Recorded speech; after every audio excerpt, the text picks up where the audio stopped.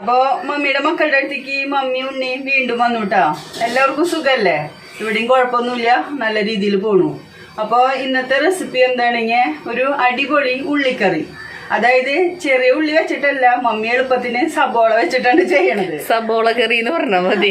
അപ്പൊ ഉണ്ണി പറയാ സബോള കറി എന്ന് പറയുന്നത്. അപ്പൊ ഉള്ളി വെച്ചിട്ടായാലും സബോള വെച്ചിട്ടായാലും അടിപൊളി ടേസ്റ്റിലുള്ള ഒരു സൂപ്പർ കറിയാണ്. നമുക്കിപ്പോ കറി വെക്കാൻ ഒന്നുമില്ലെങ്കിൽ ഒരു 2-3 സബോള ഉണ്ടെങ്കിൽ നമുക്ക് പെട്ടെന്ന് തന്നെ ഈ കറി ഉണ്ടാക്കാം. അപ്പൊ ആ കറി തയ്യാറാക്കാൻ വേണ്ടിയിട്ട് മമ്മി ഒരു ചട്ടി ഗ്യാസുമ വെച്ചിട്ടുണ്ട്. നമുക്ക് ഇതിലേക്ക് കുറച്ച് വെളിച്ചെണ്ണ ഒഴിച്ചു കൊടുക്കാം. വെളിച്ചെണ്ണയാണ് നമ്മുടെ ഈ കറിയിലേക്ക് ഏറ്റവും ടേസ്റ്റ് ഉണ്ടാവുക കേട്ടോ. അപ്പൊ നമ്മുടെ എണ്ണ ഇവിടെ നല്ല രീതിയിൽ ചൂടായിട്ടുണ്ട്. നമുക്കിതിലേക്ക് കുറച്ച് കടുക് ഇട്ട് കൊടുക്കാം. ഇതിൽ പൊട്ടി നമുക്ക് ഒരല്പം ഉലുവ ഇട്ട് കൊടുക്കാം. ഉലുവ നല്ലപോലെ പൊട്ടിയതിന് ശേഷം കുറച്ച് കറിവേപ്പില ഇട്ട് കൊടുക്കാം. ഇനി നമ്മൾ അരിഞ്ഞ് വെച്ചിരിക്കുന്ന സബോള 3 മീഡിയം സൈസ് സബോളയാണ്, ചെറുതാക്കി അരിഞ്ഞെടുത്തതാണ്, ഇതിലേക്ക് ഇട്ട് കൊടുക്കുക.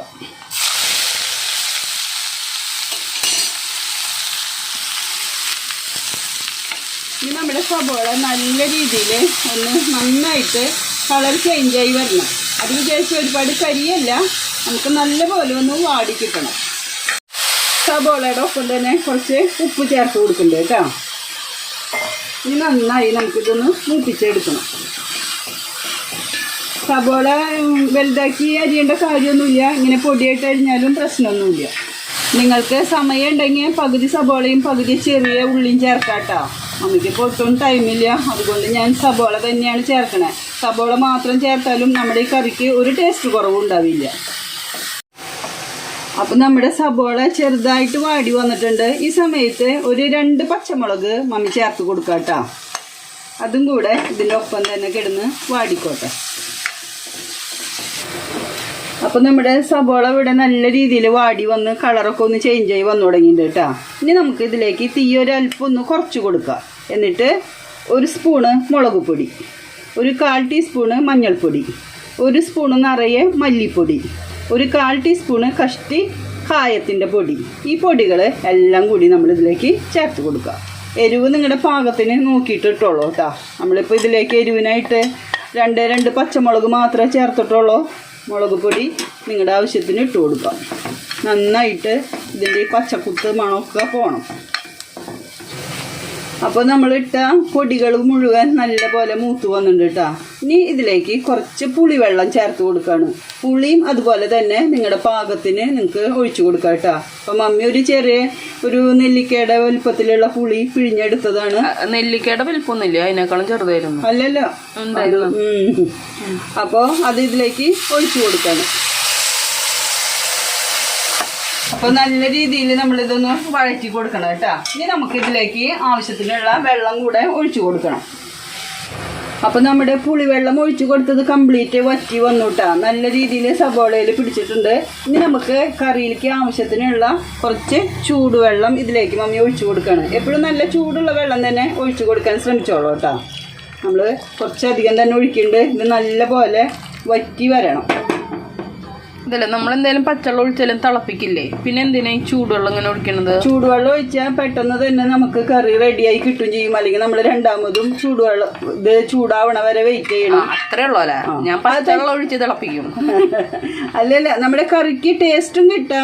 വീണ്ടും നമ്മളിപ്പോൾ വേവിച്ച ചിക്കനിലൊക്കെ രണ്ടാമതും പച്ചവെള്ളം ഒഴിക്കുമ്പോൾ അത് അതിനൊരു ടേസ്റ്റ് കുറവ് തന്നെയാണ്. തിളച്ച വെള്ളമാകുമ്പോൾ അത് പെട്ടെന്നാവും ചെയ്യും, നല്ല സോഫ്റ്റ് ആവും. ചില സമയത്ത് പച്ചവെള്ളം ഒഴിക്കുമ്പോൾ ചില കറികൾ നമ്മൾ ചിക്കനൊക്കെ ആണെങ്കിൽ ഒന്ന് ഹാർഡാവാനുള്ള സാധ്യതയുണ്ട്. അതും കൂടി പരിഗണിച്ചിട്ടാണ് ഈ തിളച്ച വെള്ളം ഒഴിക്കണം എന്ന് പറയണത്. അപ്പടിയാ കറി നല്ല രീതിയിൽ തിളച്ചു കൂട്ടാ. അപ്പം നമ്മൾ സബോള വാട്ടുമ്പോൾ കുറച്ച് ഉപ്പ് ചേർത്തിട്ടുണ്ടായിരുന്നു. നോക്കിയിട്ട് നമുക്ക് കറിക്ക് ആവശ്യത്തിനുള്ള ഉപ്പും കൂടി ഇട്ട് കൊടുക്കാം. അതുപോലെ തന്നെ അതിൻ്റെ ഒപ്പം തന്നെ നമ്മൾക്ക് ഈ കറിയുടെ ഏറ്റവും ടേസ്റ്റ് കൂട്ടുന്ന കാര്യം എന്താണെങ്കിൽ ഇപ്പം മമ്മി ചെയ്യണതാണ് കുറച്ച് ശർക്കര ഉരുക്കിയതാണ്. ഇത് എന്തായാലും നിങ്ങൾ ഒഴിച്ചു കൊടുക്കണം. ഞാനൊരു 2 സ്പൂണ് ഒഴിച്ചു കൊടുക്കുന്നുണ്ട്. ഇനി നിങ്ങൾക്ക് ശർക്കര ഉരുക്കിയതില്ലെങ്കിൽ ഒരച്ച് ശർക്കര പൊടിച്ച് ചേർത്താലും മതി. നല്ലപോലെ മിക്സ് ചെയ്ത് കൊടുക്കുക. കറി ഒന്നും കൂടി ഒന്ന് കുറുകി വരണം. അപ്പോൾ കുറച്ച് നേരം കൂടി നമുക്ക് വെയിറ്റ് ചെയ്യാം. ഇത് പെട്ടെന്നാവും കേട്ടോ. നമ്മളിങ്ങനെ ഓരോന്നിങ്ങനെ പറയുമ്പോൾ നിങ്ങൾക്ക് തോന്നും ഭയങ്കര പ്രയാസമാണ്. എല്ലാം ഈ സബോള ഒന്ന് അരിഞ്ഞെടുക്കലാണ് പ്രധാനം. നമ്മുടെ കറി ഇവിടെ നല്ല രീതിയിൽ തിളച്ച് വറ്റി എണ്ണയൊക്കെ തെളിഞ്ഞ് വന്നിട്ടുണ്ട്. ഈ ഒരു പരുവത്തിൽ നമുക്ക് ഗ്യാസ് ഓഫ് ചെയ്യാം കേട്ടോ. ഒരുപാട് ലൂസ് പാടില്ല, അത്യാവശ്യം തിക്കായിട്ട് വേണം നമ്മുടെ ഈ കറി ഇരിക്കാനായിട്ട്. കണ്ട കറിയുടെ ഒരു തിക്നെസ് കണ്ടില്ലേ? മമ്മി ഇത് വേറൊരു പാത്രത്തിലേക്ക് പകർത്താം കേട്ടോ.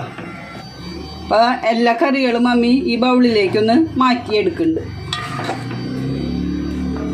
നല്ല സൂപ്പർ ടേസ്റ്റ് ആയിട്ടാ. നമുക്ക് ഈ ഒരു കറി മാത്രം മതി ചോറുണ്ണാനായിട്ട്. ഇതിപ്പോൾ ചോറിലേക്ക് മാത്രമല്ല, നമുക്ക് വേണമെങ്കിൽ ഇത് ചപ്പാത്തിക്കും ദോശയ്ക്കും ഈ കറി ഉപയോഗിക്കാം. അടിപൊളി സബോള കറി അഥവാ ഉള്ളിക്കറി ഇവിടെ റെഡി ആയിട്ടുണ്ട്. മമ്മിയുടെ മക്കള് ഒരു തവണയെങ്കിലും അറിയാത്തവർ ഒന്ന് ചെയ്തു നോക്കിയോളൂ.